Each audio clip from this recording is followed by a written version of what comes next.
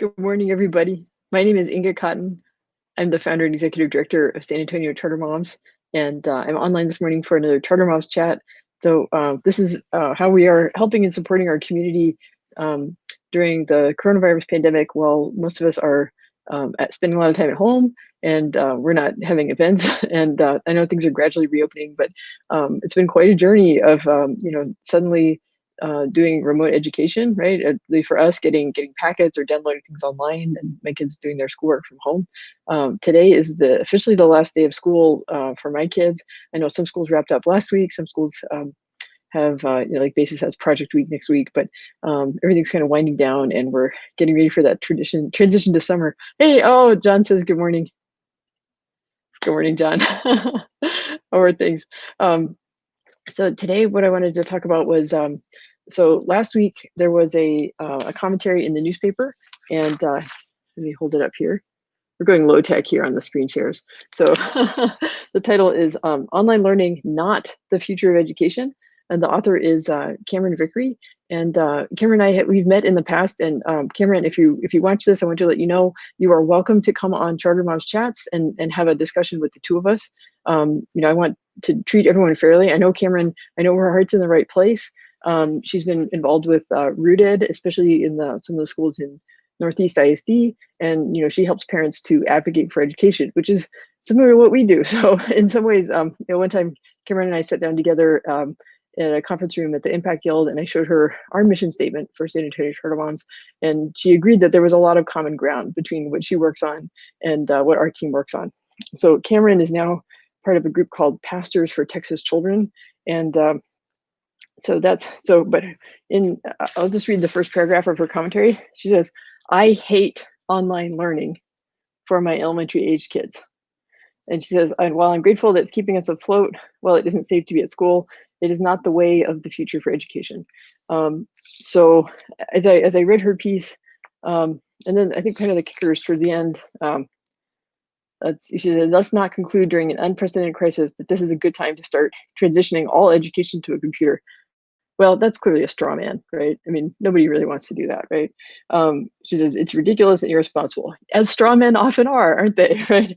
And it is opportunistic by the very same people who want to dismantle traditional public education. Oh, is she talking about me? Am I one of those, right?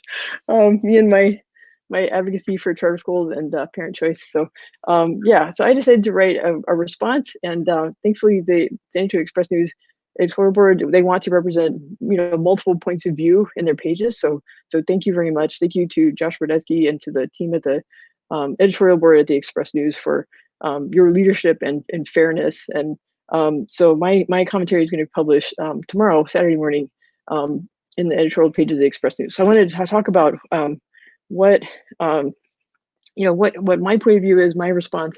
Oh, we have another comment I want to share. Basis June 5th.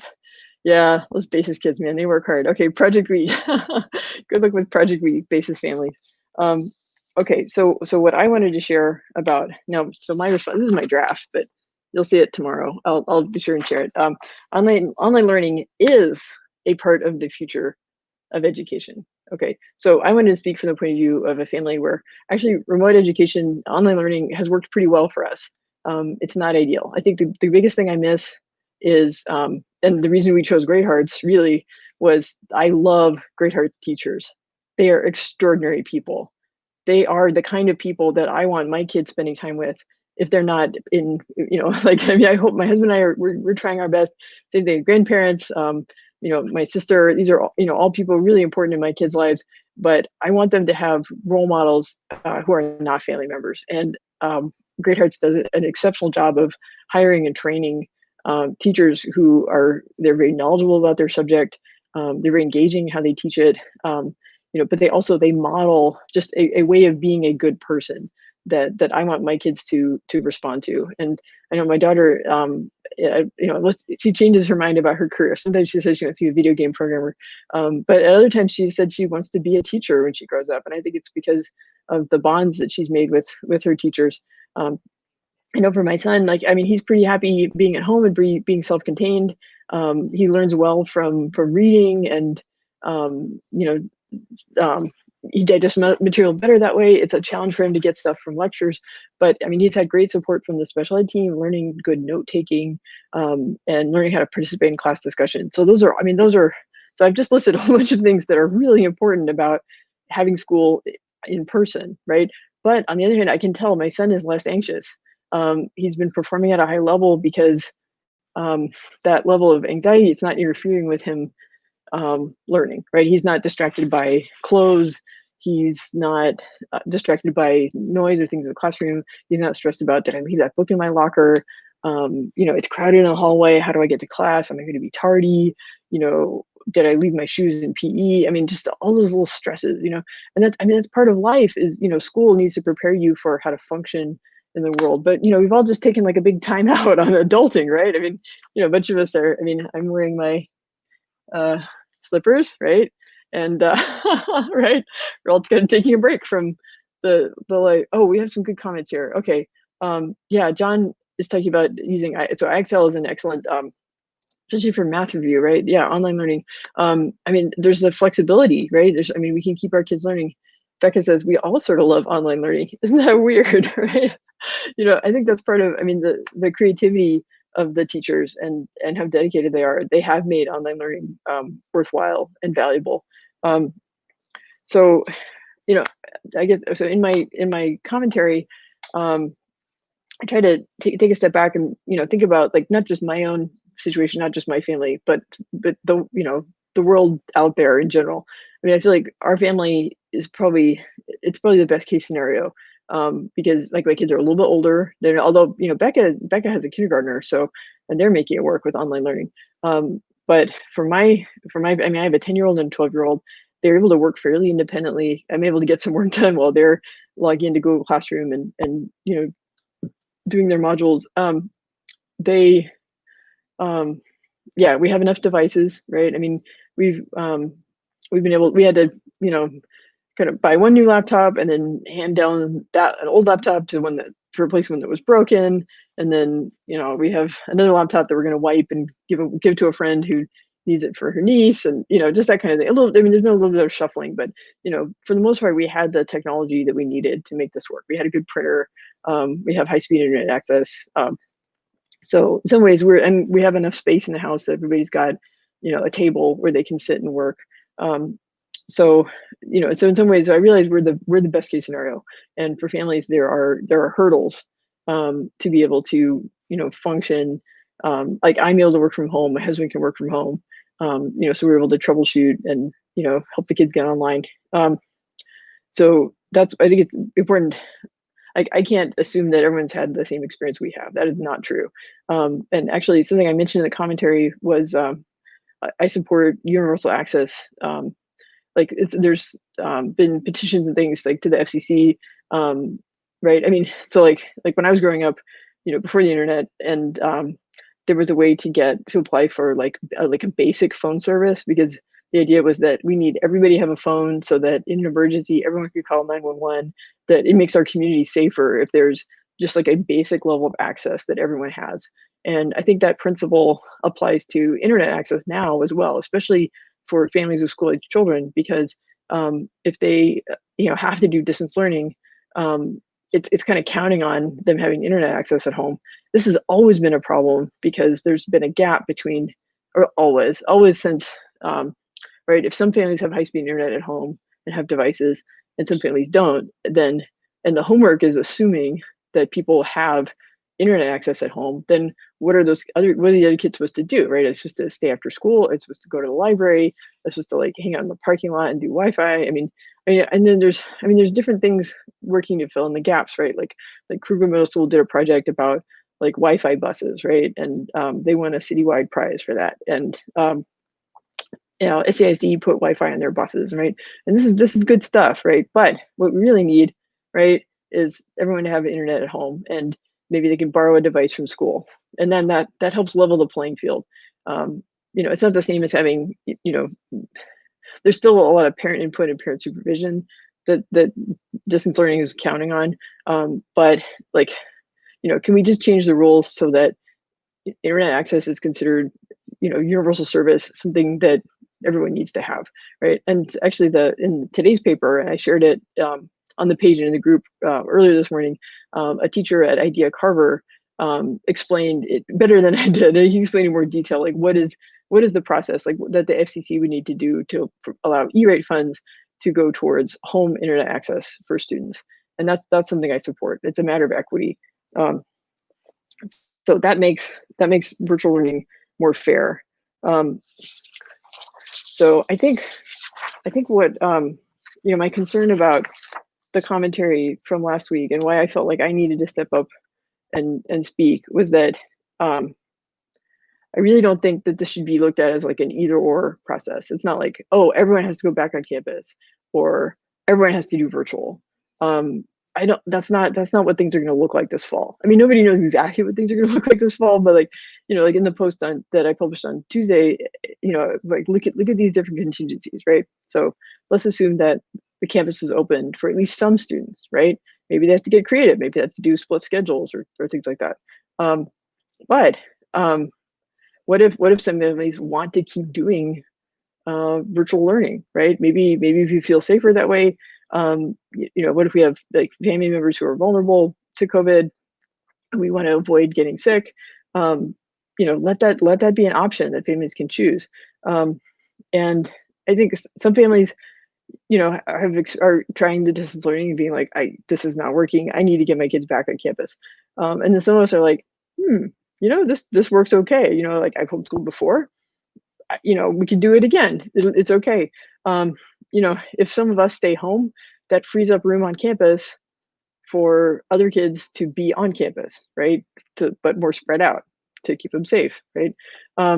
And maybe in the long run, some families will stick with either homeschooling or online learning. There's so many different flavors of this, right? I mean, there's real homeschooling, which is you're not tied to a particular district or charter school or private school. Like you're finding your own books and curriculum. The parent is setting the agenda. In Texas, there's no funding for that. In some states, they can tap into ESAs, education savings accounts, but not in Texas. In Texas, there's no public funds for that. Then, remote education or sort of pandemic schooling is when like your kid is enrolled at a public school, whether that's a district school or a charter school, but the campus is closed and your kid is doing their schoolwork at home and they're either accessing packets or they're logging in to Google Classroom or some kind of learning management system. And that's what most of us have been doing. But that's not real virtual school either, because for years there have been virtual schools that have been all online, only online. There's only a handful of them in Texas. Enrollment is capped. The number of partnerships is capped. And I think that's a problem. I think that there's going to be more families who will want to keep doing virtual learning. They may be happy with how their charter school has done it, right? And like on Charter Moms Chats, we've talked to Brooks Academies, we've talked to Basis Charter Schools about how they've done online learning. Maybe those models work for some families, but not for others. That's part of what we do, right? We at Charter Moms, we explain what's out there so the parents are well informed and they find the one that works for them. But we should look at the virtual schools that have been doing this for a long time. But do those schools have the capacity to take on the number of students who may want to enroll this fall because of families who don't want to go back on campus yet? My belief is that the money should follow the child, right? So that whatever school is doing the work to educate the kid, they should get the funding. So if a child switches from a charter school to a virtual school, or a traditional public school to a virtual school, or whatever permutation of that, the money should follow the child. And there should be no assumption that one particular model school is the default or gets first dibs on the money. Really, because these are parent-centered decisions. I mean, that's in our mission statement, and that's key. That like the parent and the family is the unit that decides how a child gets educated. And I feel really strongly about that. So like the neighborhood public school doesn't own your kid, and you don't have to come back if you don't feel safe. You should do what you feel safe doing. And if you're satisfied with the measures that local school is taking, to bring kids back on campus, and you really want your kids to be on campus because like those social benefits, right? Having mentors and role models, like I talked about, that's valid. But if you don't feel safe bringing your kid on campus, or you're pretty happy with online learning, you can advocate to your local school district. Say, tell me about what virtual learning or remote education you're going to offer in the fall. That was something that's actually, we've got a survey going where we're asking parents about what their plans are for the fall, and we're also collecting email addresses and contact information so that we can support you as you advocate to your neighborhood school or your charter school what you think back to school should look like, right? Because this is a time when they're making up their minds about what things should be. So you have the chance to speak up and shape it. But over the course of the summer, maybe by like late June, we'll be hearing from schools about what things will be like in the fall. And then that's an opportunity for parents to say, is this the right fit for me or not? But it should follow the parents, and the resources should go to whichever teachers are doing the work to educate those kids. So if it's teachers who work at a virtual school, or if it's teachers who work at a charter school or traditional public school, but are educating students over remote education, the resources should follow the students. So there should be no presumption that on-campus education at a neighborhood traditional public school is the default, or like you have to try that and you can only change if it doesn't work. Well, actually, my family, we did try that. We did try our neighborhood public school. It was not a good fit for my son. I homeschooled him for a year and then enrolled him at Great Hearts when it opened, and that's been a much better fit for him. If my daughter has gone to Great Hearts since kindergarten, and I wish for my son, I wish he could have just gone straight to the charter school and not have had the struggles that he had. Thankfully, he doesn't remember it, but I remember it, and it was rough. So, yeah, there's no reason why you have to put your kid in a school that's not a good fit. That's why SC Charter Moms exists, right? Is I want other families to have an easier journey than I did. I want to arm them with information so that they can find things that are the good fit. So, whatever questions you have about what back to school is going to be like, you can join the Charter Moms discussion group, ask your questions, and there are no dumb questions. And we want it to be a safe place where people are supporting each other. So okay, I got off a little off topic, but anyway, the upshot here is that please stay tuned for Saturday morning. I'll be sharing the link to the commentary that's going to come out in the paper, and explaining why I think online learning is a part of the future of education. Not for everybody, but there's signs that it's going to be growing, at least in the near term, as because people are concerned about coronavirus. We don't really know when it's safe to go back on campus, and we don't know what back to school is going to look like. So, as an advocate for school choice, and for supporting parents making informed decisions how to find a good fit school for their kids, that's why I wanted to speak up, and I'm really thankful to the Express News for sharing their platform with me. So yeah, those are my okay. So let's see, what do we got going on next week? Next week is June, and we're kind of making a pivot to summer and how to keep your kids busy over the summer. And we have some guest posts, and we're gonna have some guests on Charter Moms Chat. So I'm gonna create an event on the page for Charter Moms Chats for June, and you can jump in there, and that's a good way to get previews of what speakers we have coming up. So we're going to kind of pivot from all this talk about remote education and back to school, and just really focus on like how to have a fun summer, which is challenging because a lot of things are closed, but not everything's closed, and there's a lot of stuff you can do at home. So we've got the team is all chipping in with ideas about how to make it fun. Okay, so I will sign off for today. Have a great weekend, and I'll be online on Monday.